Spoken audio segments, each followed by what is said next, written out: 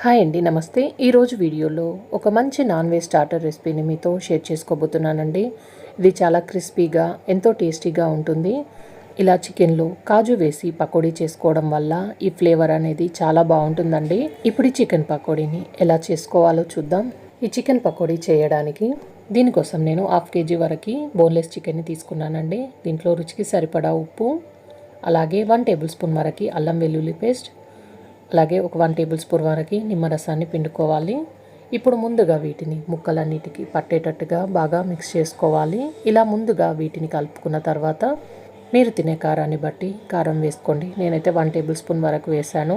1/2 table spoon పసుపు, 1 table spoon ధనియాల పొడి, 1/2 టేబుల్ స్పూన్ గరం మసాలా, అలాగే 1/2 టేబుల్ స్పూన్ వేయించిన జీలకర్ర పొడి వేసుకొని మళ్ళీ మొత్తం ఒకసారి ముక్కలకంతా పట్టేటట్టుగా ఇలా బాగా కలుపుకోవాలి.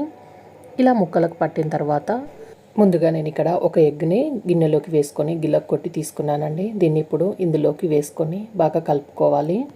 ఇలా ఎగ్ వేస్ట్ చేసుకోవడం వల్ల పకోడీకి మనం పిండి వేస్తాం కాబట్టి ఆ పిండి ఊడిపోకుండా కోటింగ్ అలాగే ఉంటుందండి. ఇలా ఎగ్ వేసి మొత్తం కలిపిన తర్వాత ఇప్పుడు ఇందులోకి 2 టేబుల్ స్పూన్ వరకు శనగపిండి, అలాగే 2 టేబుల్ స్పూన్ బియ్య పిండిని వేసుకోవాలి. ముందుగా ఉప్పు కారం వేసి ఇవన్నీ మిక్స్ చేసిన తర్వాతనే మనం పిండి వేసుకొని కలుపుకోవాలండి. అప్పుడే ఉప్పు కారం ముక్కలకు బాగా పడుతుంది.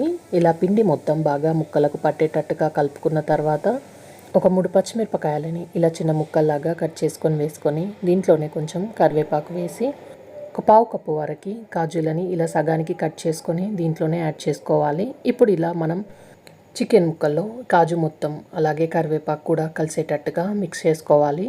ఇలా బాగా కలిపి పెట్టుకుంటే ఈ చికెన్ ముక్కలో ఉన్న ఉప్పు కారం కూడా కాజులకి బాగా పడుతుంది. ఇప్పుడు దీన్ని పక్కన ఉంచుకొని ఒక గంట పాటు నానబెట్టుకొని ఇలా గంట నానబెట్టుకున్న తర్వాత దీంట్లో 2 టేబుల్ స్పూన్ వరకు కార్న్ఫ్లోర్ వేసుకుంటున్నాను. ఇలా వేయడం వల్ల మనం చేసే పకోడీ చాలా క్రిస్పీగా వస్తుందండి.